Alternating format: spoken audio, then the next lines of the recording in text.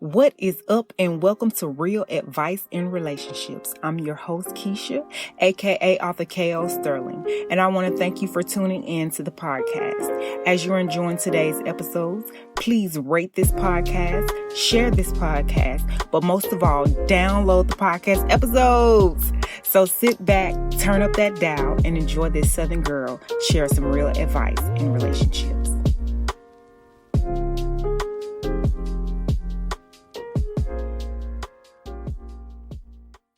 Hey guys, what is up? This is your girl Keisha, aka Author K.O. Sterling, and I'm back today to do another podcast episode. I hope that this finds you well whenever you're listening to this, wherever you're listening to this. I hope that this finds you well. OMG, you guys, I'm so excited to be here with you guys on today. Whether you're listening to this in the car or whether you're listening to this at home through your Alexa or something like that, cleaning up or what have you. Oh my goodness, y'all got to stay to the end. I'm going to do something a little bit different on today. Today I'm going to do a story time. Okay, today I'm going to do a story time, and this actually is going to be a part 2 to our discussion from last week. Okay, so this is part 2, Blast from the Past. Okay, story time edition. Okay, so sit back, grab your popcorn, grab your soda, your coffee, turn that dial up, make sure the children out of the room or out of the car. And yeah, let's just jump right into it. Okay, so like I mentioned, this is part 2 from yesterday. Well, not yesterday, but last week. Blast from the Past. And as you guys know, I was super, uber duper excited that I had heard from someone that I used to talk to or semi, he pursued me in the past, somebody I used to talk to in the past. And so I was super excited about that on last week when I told you guys that we had been talking and, he reached out. And so we were, just kind of committed to catching up and just kind of seeing where things are with the both of us at this time in our lives. And since then, I have a update / story time for you guys. Okay, so on last week, we talked and we just kind of was just catching up. And so he just kind of really jumped back into the role or those things that he was doing prior to him leaving. And he was very good about calling me several times a day, calling, texting, that kind of thing. We would call and text and talk constantly whenever we could, like on lunch breaks or just 15-minute breaks or and that type of thing. And at night and in the morning, we made up for not being in the same town with each other, if that kind of makes sense, right? So we just kind of really picked up where we left off with the whole how we, communicate and stuff because of the distance between us. So one day last week, I really was kind of very, very uncertain to, where is this going? Where is this leading to? And I just really I was a ball of uncertainty, excitement some, but uncertainty.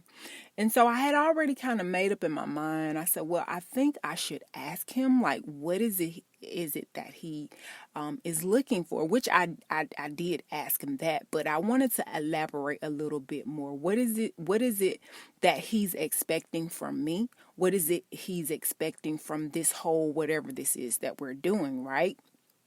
And so I was going to get around to asking him that, but one day last week, it was actually on a Tuesday, he called and we were just chit-chatting and everything. And again, like I said, I kind of wanted to see what I felt like I had missed out on, because I knew one thing about his character. Like, he was grown. He had been through some things in life, but he was grown. So at least from what he had showed me or displayed me to me in the past. So Tuesday of last week, we chit chatted it up and everything. He called, and we were talking and stuff, and I noticed that he was a little bit more his old self. Now, when I say his old self, I mean like his old self. Like, he was a street dude, right? So it's like his language, and what I mean by that, he was cursing more than usual. He was telling me old stories about encounters he had with women in the past, that were toxic or that had became physical. And he was saying how he doesn't physically abuse women or hit women or anything like that, and how he would pay somebody to beat this woman up that had became physical with him. And while he's telling me these things, I'm just listening. I think I was like, where is this going? I think I was kind of mortified, because he was using language that he hadn't used around me before. Like, he was cursing like every other word, and he was referring to women as bees and such, that type of thing. So I was really taken aback, and I was very, very, very surprised. And so I was quiet most of the conversation, all the way up until he got to one discussion that really, really got me to respond. And so that story or that discussion was, he was telling me about this situation that he had encountered. And the situation was that he was dealing with this woman, right? He was dating her or going with her, or maybe just a casual relationship. But anyway, he had some company over to his house. And this woman that he used to deal with, like from his past, like an ex-girlfriend, had popped up at his house without his knowledge. He didn't know she was coming over. And she's knocking on the door, and of course he has his new boo in there, and so he didn't answer the door. And she's yelling through the door, and she's yelling at the other woman, oh, you can have him, you can have him, this, that, and the third, or you can have him full time, because I am going to be with him whenever I want to be with him, and I'm going to have sex with him whenever I want to have sex with him. And so he was just like, yeah, most people would just like, run away from that situation. Like, that lady was crazy. She was crazy. She was obsessive, this, that, and the third. And I had moved on. I had got with somebody else. And he was like, yeah, most people would run from stuff like that, but some women will actually stay. And I was very vocal in saying that I definitely would be in that group of women who would run from situations like that.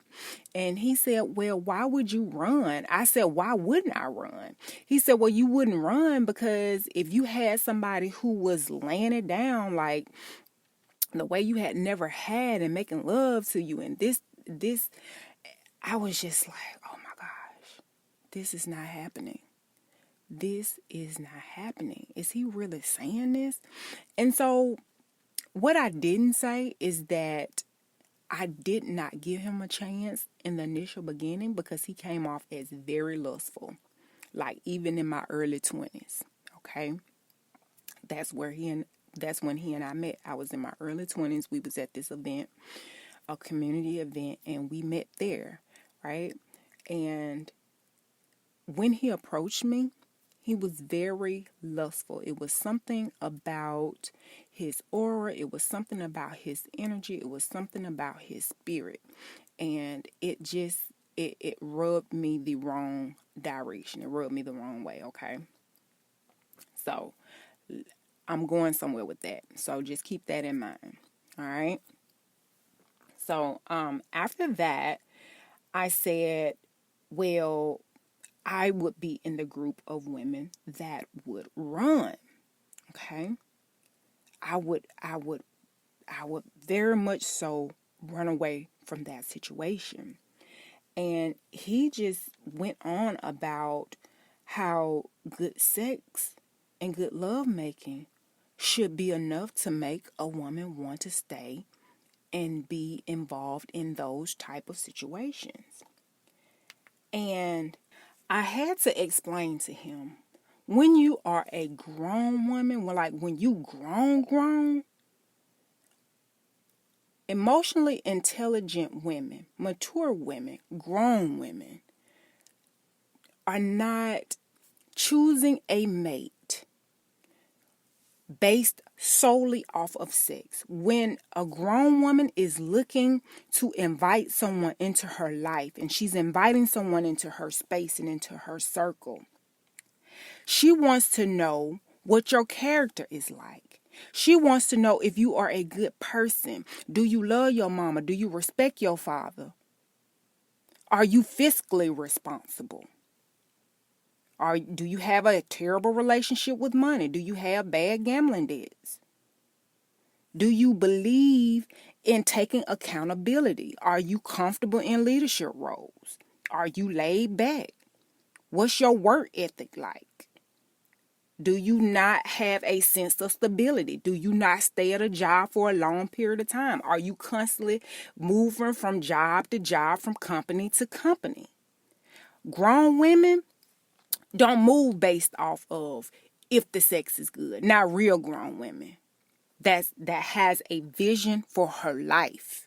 She doesn't make moves based solely on sex. That's not how grown women move. Hold on, back up. That's not how we move as grown women. And his response to me, y'all, was laughter. He said, "You so funny. You so hilarious." But I was dead serious. I was serious. I was serious. I was serious. And I just was very, very taken aback by what I was hearing from this man. I was taken aback by what I was experiencing in this conversation, in this dialogue with him. And so on the next day, we spoke briefly, and I told him that I wanted to ask him a series of serious questions. But I felt like the timing was off. I felt like it wasn't a good time to really have really, really deep discussions. And he said, yeah, because I had a really long day. He said, well, let's just wait and have that conversation tomorrow or the next day, once I've had a chance to really physically recuperate, okay? Because I've had a long day. I said, okay, that's fine. That's okay. That's fine. Needless to say that we haven't talked much since then. We've talked, but he's made sure that he's controlled the conversation. And when I say control the conversation, is that, hey, I was just calling to check on you. I just was calling to tell you that I was thinking about you and to see how your day was going, to see how you're doing, and that kind of thing. So when I say controlling the conversation, he's called since then, but he's called with the dialogue of controlling the conversation. When somebody calls your phone and they say, hey, I was just calling to check on you. I just wanted to see what was going on with you. Make sure you good, because we hadn't talked in a while, or I just wanted to check in for today. That means we're not going to be on the phone long. Okay? That's what that means. So, we haven't spoke much since then. I did, however, have an opportunity to speak with a guy friend of mine, and I told him about this encounter that I was having with this guy, and he explained to me that for him, there are just some things that are no brainers, right? You know what you want, and you know what you don't want. That means that some things are just no brainers. Like, you don't have to think about it, you don't have to debate about it or any of that. Some things are just, okay, yeah, I'm not going any further with you because of X, Y, and Z. And for him, when I broke this entire situation down, I didn't have to do much talking for him to say, hey, this is a no-brainer. And I felt like this wasn't a no-brainer situation because I was conflicted in how I was feeling about, this guy and giving him an opportunity and things of that nature. I was conflicted in that, right? And the reason why I was conflicted because I felt like they were two totally different people. Like, who I got last week, the other day, and who I had known in the past were two totally different people. And what I had to realize, they probably were one and the same person, but I did not have the opportunity to see that other side of him. Okay, I didn't have an opportunity to see that other side of him because when we interacted, our conversations were good, they were great, and I used the word they were intelligent. And my friend was like, wait a minute, you had intelligent conversations with this guy? That can't be possible. I was like, yeah, I had intelligent conversations with him. But then when I went to work on Friday and I was working and I was just thinking about what my friend said, like, okay, well, what do you guys talked about? And it really made me think, like, what did we talk about?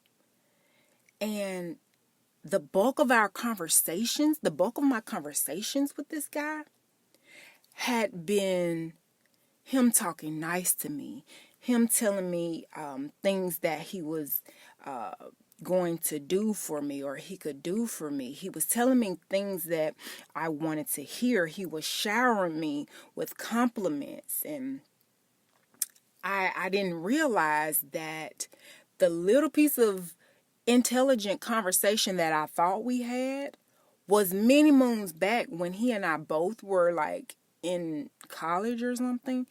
And we may have been talking about, we may have been having school conversations or something like that. You know what I'm saying? So I really, really had to be honest with myself. I really had to be honest with myself and hone in and try to remember and recall and recount all at the same time, just as best as possible. What did we talk about? What did I hear? And as a woman, I heard what women want to hear. He showed me, he was telling me things I wanted to hear. I was being ear hustled. I was being bamboozled and hoodwinked. I'm not saying that there's not two sides of that coin. I'm not saying that he's not a good guy or a nice guy, but I got the grimy guy the other day. I really did. I got a grimy dude on my line the other day talking trash and having low, as the young people say, low vibrational conversation. I really did. And I was just taken aback. And I'm going to be honest with you guys. I was so drained by the end of that conversation.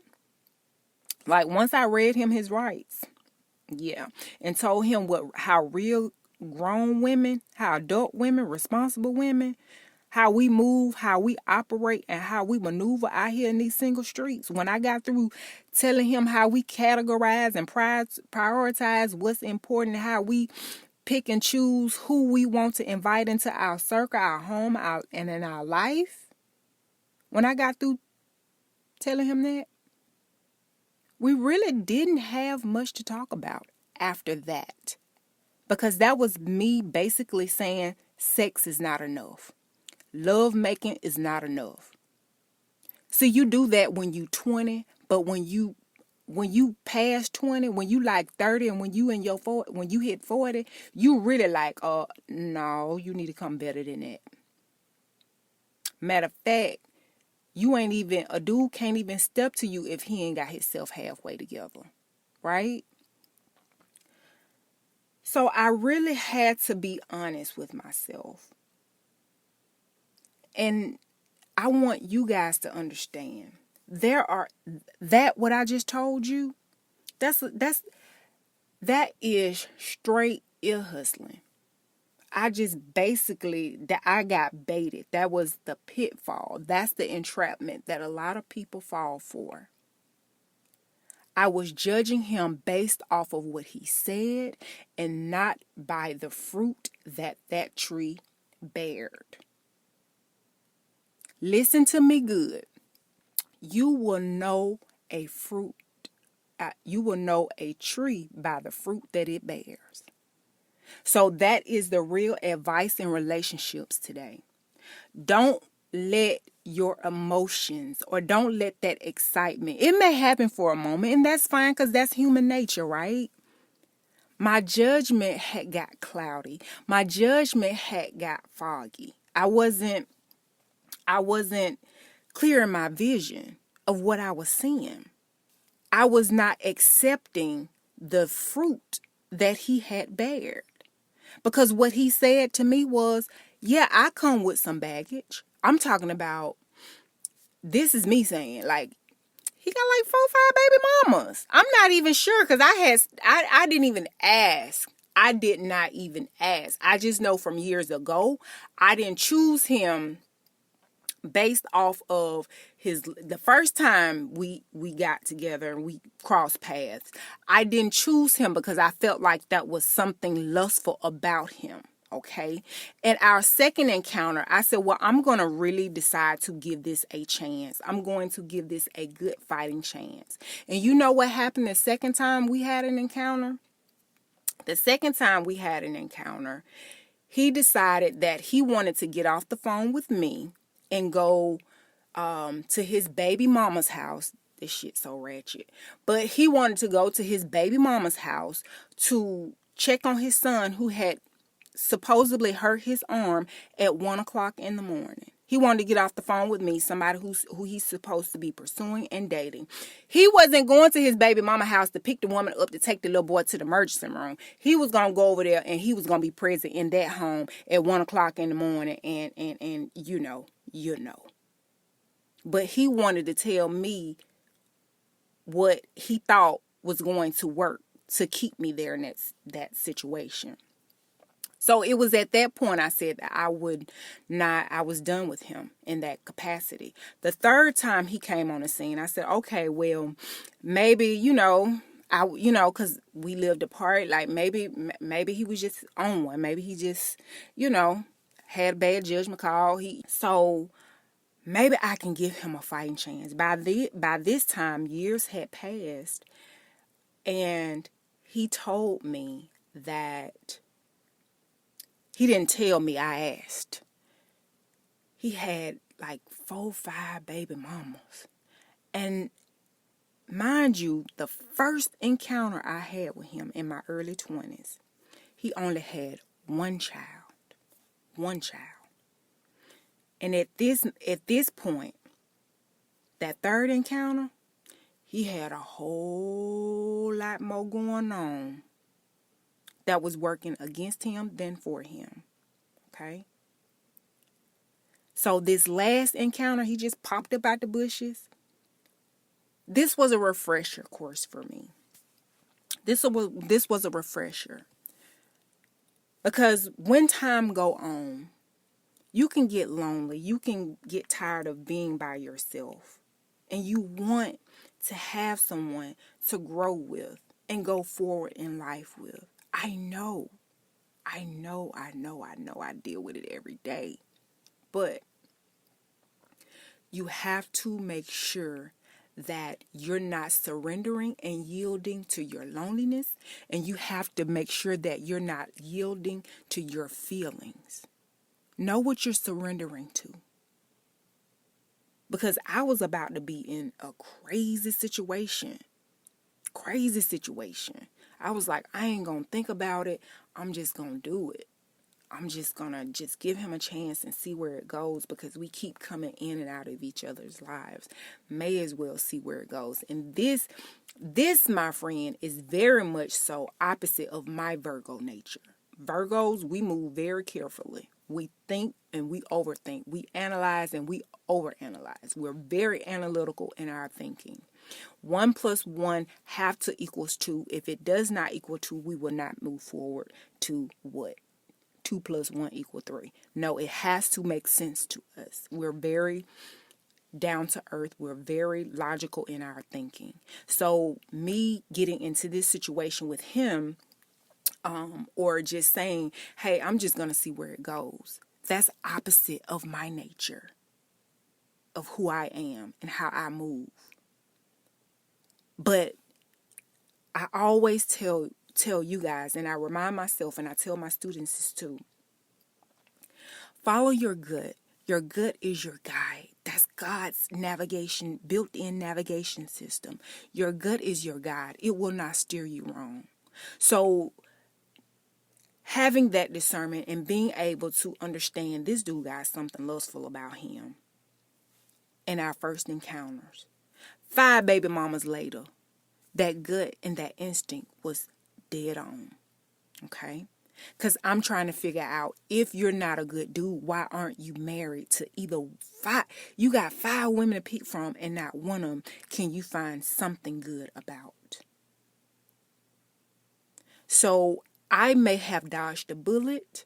No, may have in it. I dodged a bullet because I have been love bombed before. So I think what was going on is that I was being finessed, I was being worked on, and I was being love bombed without even knowing it and without even realizing it. So you guys, make sure to be vigilant. Know what you're surrendering to. And make sure you're not surrendering to how you feel. Your emotions are fair weather. They will change from day to day to day.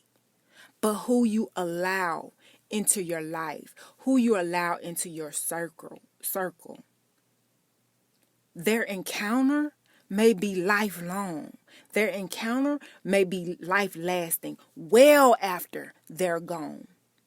And if things don't work out, okay? So just be mindful and be cognizant. And always trust your gut. It is God's built-in guide. It's your guide. It's your built-in navigation system. And it will never steer you wrong, okay? So that's my real advice in relationships for today. I hope that this finds you well. Whenever you're listening to this, wherever you're listening to this. Until we talk again, guys. Peace. It's your girl, Keisha, signing off. Peace, y'all. Bye. Hey, guys. Be sure to go to my website, klsterling.wixsite.com/I'm enough. That's klsterling.wixsite.com/I'm enough. There you can find links to all of my social media platforms, shirts, books, and did I mention I offer free ebooks? Yes, when you go to my website, klsterling.wixsite.com/I'm enough, click on the ebooks link and it will take you directly to the free ebooks that I offer. I look forward to seeing you guys there. Bye.